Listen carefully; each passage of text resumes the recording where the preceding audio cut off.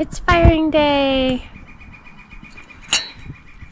I always like to scrape out all the stuff that's in the fire pit so it doesn't make a bunch of smoke and dust.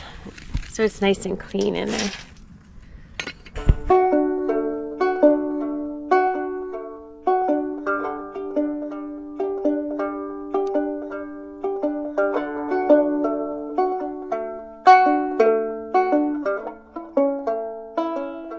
There we go. Now it's going. Right, Rowan?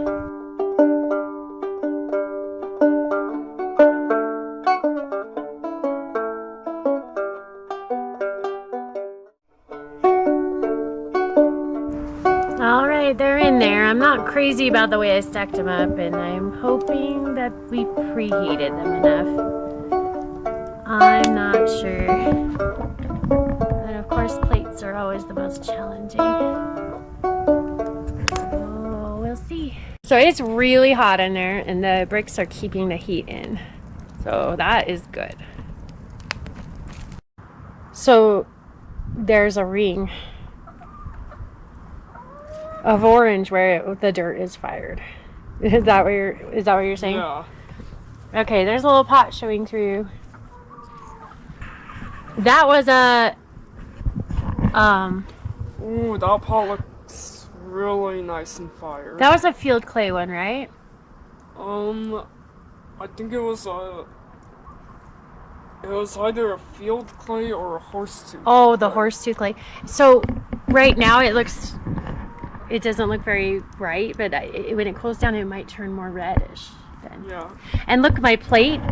Look, the paint on my plate is black, but it'll probably oxidize after it cools. So this is fun. This is the fun part because things change colors, and there's this really interesting smell that the fired pots have. It's really cool. It's not like a regular fire smell. So this is fun. They change colors and they smell really cool.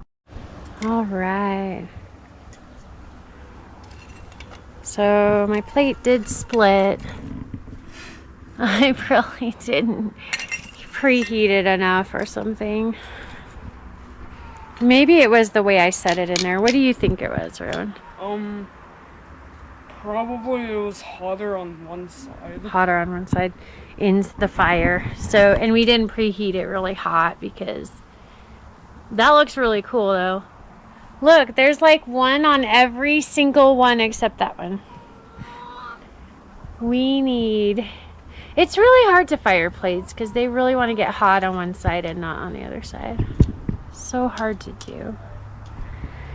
I guess I need to be more careful. Preheat them for a long time. That's a coal. So let's see. Rosie's bowl that she painted red turned purple, but I think it's turning more red. I shouldn't touch it. It's turning more red again. So, oh good, Rowan's Gucci pot did not break. All these little things turned out really good. Last time we tried to fire them, they were all black because they didn't get fired all the way.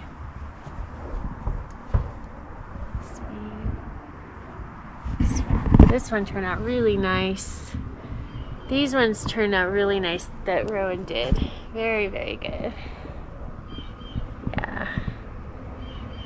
My horse tooth plate turned out. Nope, it's got a split in it too. There it goes. Me and my plates. Oh, I was too hasty, I guess. I'll figure it out. It looks to me like it's splitting now. Like it doesn't look to me like it split at first. Usually things happen at first, but I don't like that. Oh, this plate is getting a split too. Okay, we need to figure that out. So here's my plate. It did get a crack, a hairline crack, and so it must have been heating up unevenly at some point. I have the trouble with plates, but I think the colors are still changing.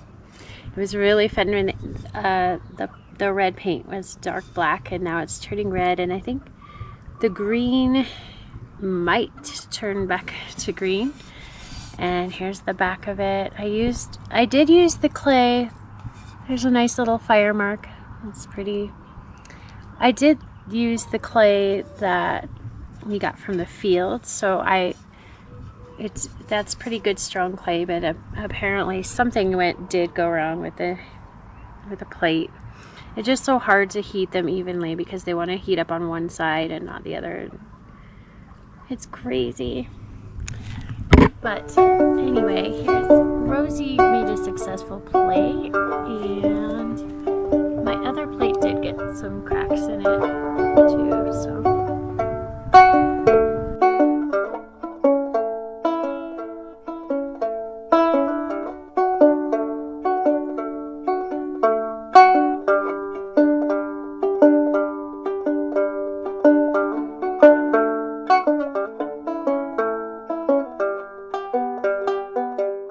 So I made a colored slip here. I don't know if the color will turn up. I just grabbed a brown color really quick. I think it's some kind of umber or something. And I added it to the powdered kaolin clay, which is what I usually use for a slip because it's easy to get and it works really good. But I don't know if this will turn out well or not, so I'm just gonna give it a little try.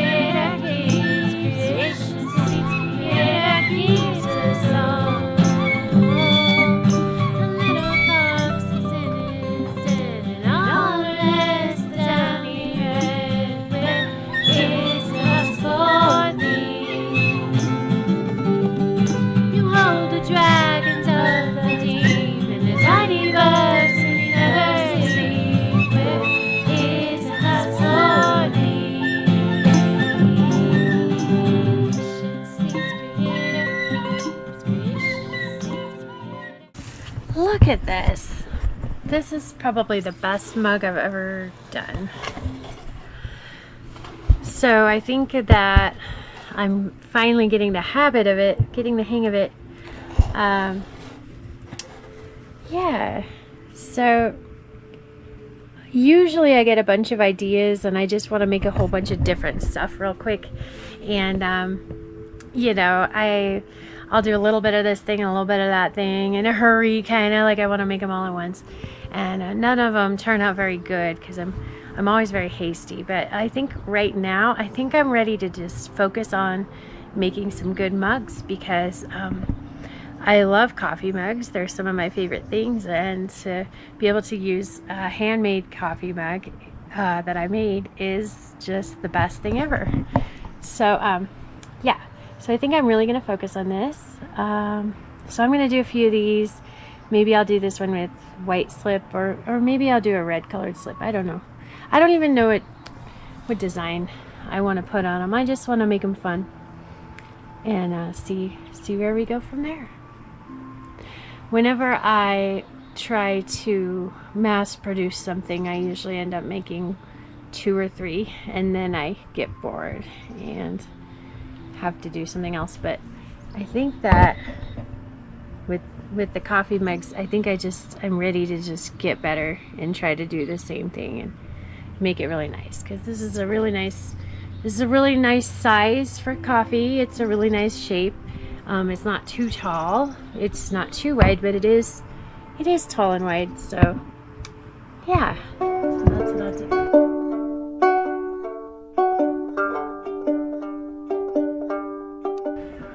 So this is the tool I use to smooth out the inside. It's just one of those tools you get with a regular pottery kit. I think it's pretty useful for a lot of things. I just kind of want to talk about my pottery journey a little bit. I took my first, well, you know, we did a little bit of pottery in elementary school and stuff. But my first real pottery experience was in my high school 3D design class. And I had a really great art teacher who believed in me and encouraged me. And even before I put out anything, he knew, he believed that I could put something out that was good. So that really helped. I have compared all of my art experiences to that since then, so maybe that has spoiled me a little bit. Yeah, so in our 2D design class, we made a few different pottery pieces, and I loved it so much, and I wanted to, the next year there was a full-on pottery class, and I wanted to take that, but it was during band, and I wasn't marching band, and I wasn't willing to give up marching band to do that, so I didn't end up taking that class. I did end up taking some pottery classes later on through the city, and that was really fun too. So in college, my art classes were less than wonderful, so I ended up quitting. And my idea was that I was going to quit these silly art classes that were good for nothing, and I was going to become like a starving artist, do my own art, you know, live off of that. So that was my plan, but instead of that, I ended up meeting some people who would become my best friends now. I met my husband, and we ended up playing music on the street, and I had a whole lot of other life experiences, and I kind of forgot about that. So later on down the road, my son and I were painting together, and I remembered, like, I wanted to make that my career, to become a professional artist. And so I picked up that dream again and started pursuing that dream and taking it seriously, because before that, I think I felt like I didn't have enough excuse to do artwork. Yeah, over the years, I've taken some pottery classes and made some pieces, and it's been really fun. You know, I don't really have too many complaints. And my kids have taken pottery classes down at the Pottery Studio, and they've been able to make some fun things, and that's all great. But in our homeschool, we decided we were ready to start doing primitive fire, because my son is really interested in old things, and well, I mean, we all are, but the older the better, he says. So we started looking into firing pottery in our backyard, and right around the time we started doing that, we found a YouTube channel called Andy Ward's Ancient Pottery.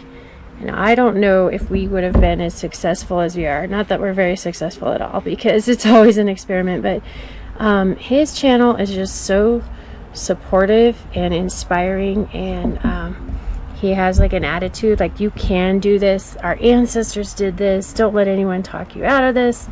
And then he even shows you his failures and everything. So it's very supportive and encouraging, and also he does a lot of experimenting for you, so you kind of have a chance at doing things right. the first time, but I have to say it with pottery, no matter what kind of pottery you do, it's always an experiment, but especially with primitive fire. So and so my son and I, we really like doing primitive pottery because we feel like we can do it ourselves the way we want to, when we want to, how we want to. And I guess we're just a little bit rebellious and we like to do things our own way, and we don't like following a lot of rules. So of course there's the rules of science and nature that need to be followed, but other than that, we're pretty much in charge, and that is really fun for us. So I mean, I would like to, I'm not against high fire, and I'm not against glazes, and I actually would love to be able to do that again sometime. But I really love doing it myself. So I think that my goal would be one day that we could build our own wood fire kiln that's small, not too big, and be able to do that ourselves. Because I really like doing it myself and taking charge.